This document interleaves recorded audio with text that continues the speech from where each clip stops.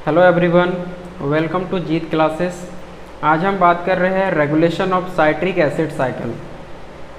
Okay, citric acid cycle में तीन major steps होता है या तीन मेजर एंजाइम्स होते हैं जो पूरे साइकिल को रेगुलेट करते हैं। जो साइट्रिक एसिड साइकिल का जो पहला एंजाइम है जो रेगुलेट करता है उसका नाम है साइट्रेट सिंथेस। ओके, दूसरा है आइसोसाइट्रेट डीहाइड्रोजिनेस और तीसरा है अल्फा कीटोग्लूटारेट डीहाइड्रोजिनेस। ये तीन मेजर एंजाइम है जो पूरे साइकिल को रेगुलेट करते हैं। ओके, पायरुवेट से एसिटिल कोए किस तरीके से बनता है, इससे पहले भी हम पायरुवेट डीहाइड्रोजिनेस कॉम्प्लेक्स यानी कि पीडीसी के बारे में बात कर चुके हैं। जो ये एंजाइम होता है ये एक एलोस्टेरिक एंजाइम होता है। क्योंकि इस साइकिल में जितने भी एंजाइम यानी कि आप देख रहे हो यहाँ पर जो तीन मेजर एंजाइम यहाँ पर है जो पूरे साइकिल को रेगुलेट कर रहे हैं, तीनों एंजाइम एलोस्टेरिक रेगुलेटर होते हैं। यानी कि ये एलोस्टेरिक होते हैं, यानी कि इसमें एक्टिवेटर और इनहिबिटर दोनों बाइंड करते हैं और बाइंड करने से इनकी जो एक्टिव साइड होता है इस एक्टिव साइड में कुछ कन्फर्मेशनल चेंजेस होता है, जिसके वजह से ये साइड ये जो एंजाइम होता है एक्टिवेटर की तरह बिहेव करता है और इनहिबिटर की तरह भी बिहेव करता है। ओके, तो इस तरीके से हम यहाँ पर देखेंगे। चूंकि पायरुवेट से एसिटिल कोए को रेगुलेशन ऑफ टीसीए साइकिल में कंसिडर नहीं किया जाता है, लेकिन कहीं ना कहीं इसका लिंक इससे है, तो हम इसके बारे में भी बात करेंगे। ओके, तो शुरू करते हैं। सबसे पहले यहाँ पर देखेंगे कि पायरुवेट से जब एसिटिल कोए बनता है, रेगुलेशन का मतलब होता है कि एक्टिवेटर और इनहिबिटर दोनों चीज़ क्या करेंगे, काम करेंगे। ओके, जो ये एंजाइम है इसमें जो एलोस्टेरिक साइट होते हैं उसमें एक्टिवेटर भी बाइंड कर सकते हैं और उसमें इनहिबिटर भी बाइंड कर सकते हैं। यदि वहाँ पर इनहिबिटर बाइंड करेंगे तो इस एंजाइम को क्या कर देंगे, इनहिबिट कर देंगे, और वहाँ पर एक्टिवेटर बाइंड हो जाएंगे तो इस एंजाइम को क्या कर देंगे, एक्टिव कर देंगे। ओके, यानी कि कहने का मतलब है कि कब इस साइकिल को काम करना है, यानी कि इस एंजाइम को कब काम करना है कब नहीं करना है, ये डिसाइड करेंगे उनके एक्टिवेटर और इनहिबिटर। ओके, तो शुरू करते हैं। जो रेड कलर का क्रॉस दिखाया गया है ये क्या है, इनहिबिटर है, और जो ब्लू कलर से दिखाया गया है ट्रायंगल शेप में ये क्या है, एक्टिवेटर है। तो जब सेल में एनर्जी की रिक्वायरमेंट बहुत ज़्यादा होगी। आप देख रहे हो यहाँ कि सबसे पहले जो इनहिबिटर है वो है एटीपी। एटीपी कब इनहिबिट कर सकता है एंजाइम को, जब सेल में एनर्जी की रिक्वायरमेंट पहले से ज़्यादा हो, तो उस कंडीशन में एटीपी प्रोड्यूस करने की ज़रूरत नहीं है। तो एटीपी क्या करेंगे, एक इनहिबिटर के फॉर्म में काम करेंगे और सेल को बता देंगे कि अभी सेल में एनर्जी की रिक्वायरमेंट नहीं है, तो इस एंजाइम को क्या कर देंगे, वो इनहिबिट कर देंगे, और इस एंजाइम की इनहिबिट होते ही साइकिल क्या हो जाएगा, रुक जाएगा। उसी तरीके से एसिटिल कोए ये क्या है, प्रोडक्ट इनहिबिशन है। पायरुवेट से एसिटिल कोए बन रहा है तो ये क्या है, एक प्रोडक्ट है। ये प्रोडक्ट क्या होगा, सेल में जब ज़्यादा हो जाएगा तो यही प्रोडक्ट क्या करेगा, प्रोडक्ट इनहिबिशन के फॉर्म में क्या करेंगे, काम करेंगे और इस एंजाइम को क्या कर देंगे, इनएक्टिव कर देंगे। ओके, उसी तरीके से कोए क्या है, एक इनहिबिटर है। एनएडीएच एक एनर्जी फॉर्म है, क्योंकि एनएडीएच से क्या होता है, एटीपी प्रोड्यूस होता है। तो कहीं ना कहीं ये भी क्या कर रहा है, इनहिबिट कर रहा है इस एंजाइम को कि अभी सेल में एटीपी की जरूरत नहीं है, एनर्जी की जरूरत नहीं है, तो इस एंजाइम को क्या कर देंगे, इनहिबिट कर देंगे। फैटी एसिड ये भी क्या कर सकते हैं, ये पायरुवेट डीहाइड्रोजिनेस कॉम्प्लेक्स को क्या कर सकते हैं, इनहिबिट कर सकते हैं। तो इस तरीके से यहाँ पर ये चार प्रकार से हो जाएगा आपका इनहिबिटर। आपको पूरे के पूरे साइकिल में आपको देखना है कि कहाँ पर एक्टिवेटर काम कर रहे हैं, कहाँ पर इनहिबिटर काम कर रहे हैं। हर एक स्टेप्स में जहाँ जहाँ भी एंजाइम का रेगुलेशन हो रहा है वहाँ पर इनहिबिटर भी दिखाई देंगे आपको और एक्टिवेटर भी दिखाई देंगे।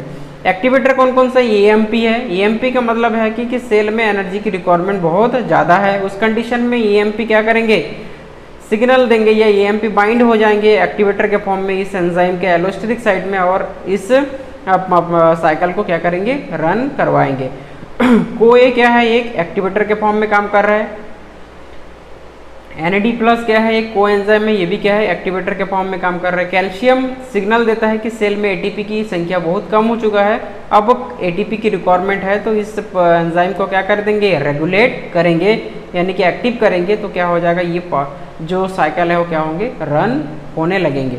इस तरीके से एक्टिवेटर और इनहिबिटर, ये इनहिबिटर है और ये एक्टिवेटर है। तो जिस भी स्टेप्स में आपको इनहिबिटर और एक्टिवेटर दिखेंगे वो सारे स्टेप्स क्या कर रहे हैं, इस पूरे साइकिल को रेगुलेट कर रहे हैं। ओके, तो ये हो गया हमारा फर्स्ट स्टेप। उसके बाद सेकेंड स्टेप्स में हम देखेंगे। आप देख रहे हो यहाँ पर सेकेंड स्टेप में क्या हो रहा है, ऑक्सोलो एसिटिक एसिड और एसिटाइल कोए ये मिलकर के क्या बन रहा है, दोनों कंडेंस हो रहा है। कंडेंस होने के बाद क्या बन रहा है, साइट्रेट बन रहा है। तो ये जो साइट्रेट है, साइट्रेट इस स्टेप्स को जो एंजाइम कंट्रोल कर रहा है उसका नाम है साइट्रेट सिंथेस। ओके, तो साइट्रेट सिंथेस को किस तरीके से इनिबिट और एक्टिवेट कर सकते हैं, तो उस साइट्रेट सिंथेस का जो इनिबिटर है वो है NADH। सक्सिनिल को ये प्रोडक्ट इनिबिशन कर रहा है, साइट्रेट भी क्या कर रहा है, प्रोडक्ट इनिबिशन कर रहा है। मैं आपको पहले बताया हूँ यदि प्रोडक्ट बन रहा है, यदि प्रोडक्ट की संख्या ज़्यादा है तो कहीं ना कहीं ये क्या करेंगे, यही प्रोडक्ट क्या करेंगे, इनिबिटर के फॉर्म में काम करता है। तो सक्सिनिल को और साइट्रेट क्या है, प्रोडक्ट इनिबिशन के फॉर्म में काम कर रहा है। उसी तरीके से ये जो साइट्रेट सिंथेसिस उसका जो एक्टिवेटर है वो क्या है, ADP है।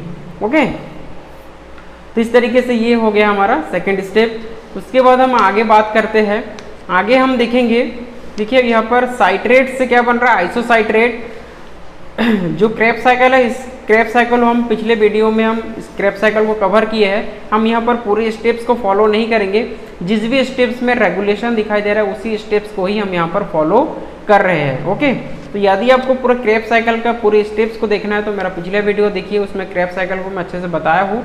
वहाँ पर जाके आप क्रेब्स साइकिल को देख सकते हो कि कौन कौन से स्टेप्स में कौन कौन सा एंजाइम इन्वॉल्व है, क्या बाहर निकल रहा है, क्या अंदर आ रहा है, कौन कौन से एंजाइम काम कर रहे हैं। हम यहाँ पर सिर्फ उन मेजर एंजाइम के बारे में डिस्कस करेंगे जो क्या कर रहे हैं, पूरे साइकिल को कंट्रोल कर रहे हैं या रेगुलेट कर रहे हैं। तो यहाँ आप देख सकते हैं कि जो आइसोसाइट्रेट है, आइसोसाइट्रेट से अल्फा कीटोग्लूटारेट बन रहा है। तो इस स्टेप्स में जो एंजाइम लग रहा है उस एंजाइम का नाम है आइसोसाइट्रेट डिहाइड्रोजिनेस एंजाइम।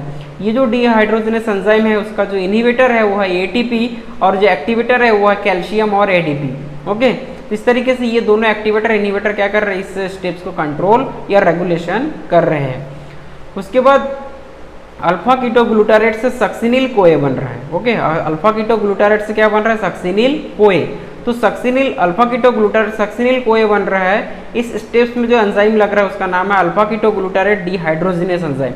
इस एंजाइम का जो इनहिबिटर है वो है सक्सिनिल कोए और NADH। सक्सिनिल कोए क्या है, प्रोडक्ट इनिबिशन है, और NADH क्या है, कि डायरेक्टली क्या कर रहा है, इस एंजाइम को इनहिबिट कर रहा है कि सेल में एनर्जी पहले से ज़्यादा है, अभी इस एनर्जी की रिक्वायरमेंट नहीं है, तो ये एक इनहिबिशन के फॉर्म में फीडबैक इनहिबिट देंगे इस एंजाइम को और ये एंजाइम काम करना बंद कर देंगे। उसी तरीके से कैल्शियम क्या है, कैल्शियम डबल प्लस आयन क्या है, ये 2+ आयन क्या है, एक्टिवेटर के फॉर्म में काम कर रहा है। ये एक्टिव करेंगे इस एंजाइम को और ये स्टेप्स को ये रन करवाएंगे।